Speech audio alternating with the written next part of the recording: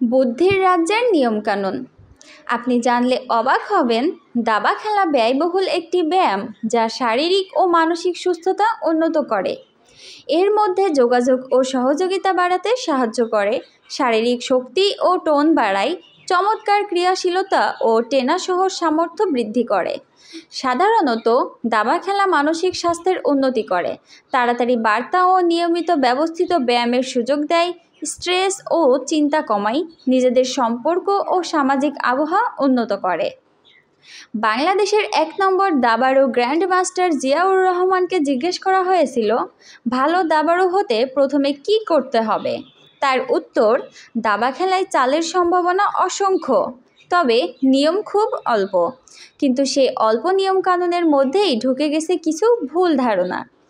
ভালো খেলোয়াড় হতে হলে সেগুলো দূর করতে হবে। ভালো দাবাড়ু হওয়ার প্রথম ধাপ হলো সঠিক নিয়মকানুনগুলো শিখে নেওয়া।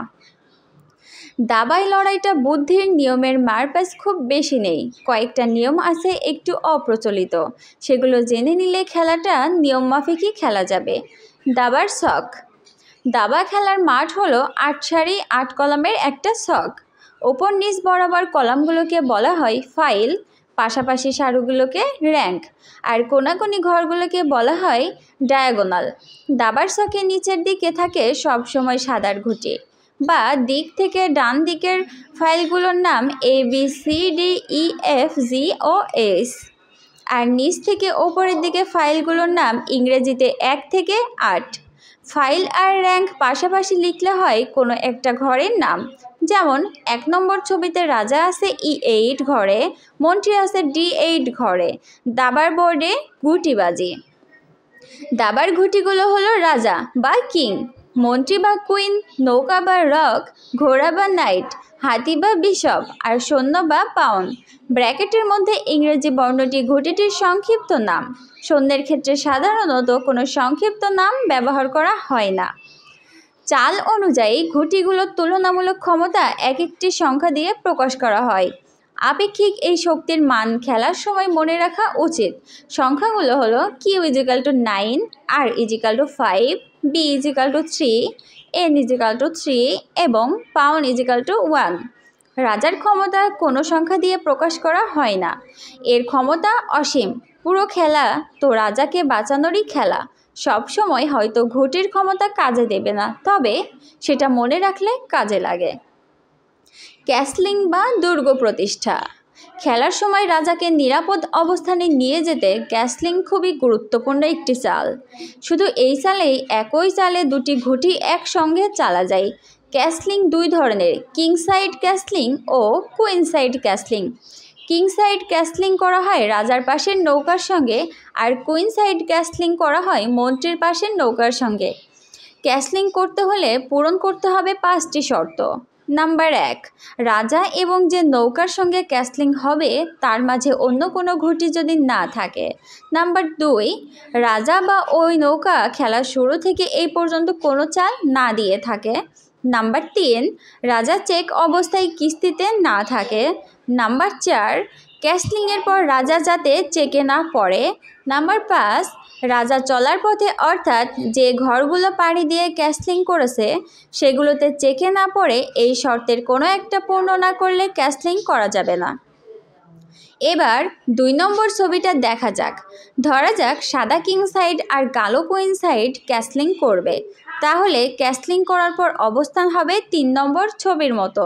এবার ৪ নম্বর ছবিটি দেখুন, নিশ্চয়ই বুঝতে পারছেন সাদার রাজা কিং সাইড ক্যাসলিং করতে পারবে না, তবে কুইন সাইড ক্যাসলিং করতে পারবে। প্রমোশন, সৈন্য যখন মন্ত্রী। সাদার সৈন্য ৮ বা কালোর সৈন্য ৯,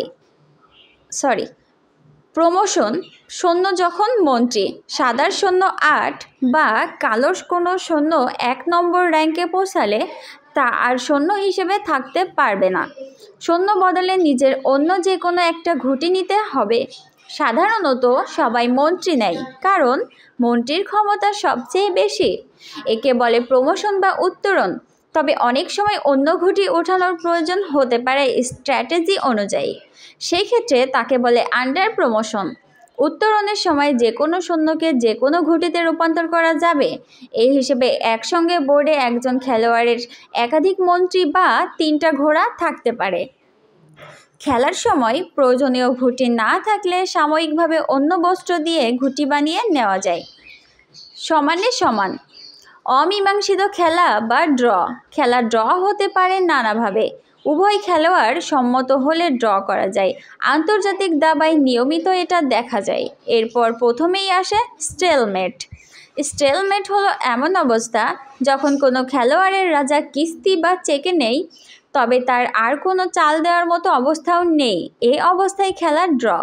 চিত্র 6-এ যখন কালোর চাল কিন্তু কালোর রাজার চাল দেওয়ার মতো কোনো ঘর নেই, তাই খেলা ড্র। উভয় খেলোয়াড়ের চাল যদি পরপর 3বার পুনরাবৃত্তি হয় তাতেও খেলা ড্র করা যায়। এমনকি চালগুলো পরপর না হয়ে মাঝে অন্য কোনো চাল দিয়ে পুনরাবৃত্তি হলেও ড্র করা যাবে, তবে এক্ষেত্রে কোনো একজন খেলোয়াড়কে ড্র দাবি করতে হবে। একই চাল 5বার পুনরাবৃত্তি হলে দাবি করতে হবে না, খেলা এমনিতেই ড্র হয়ে যাবে।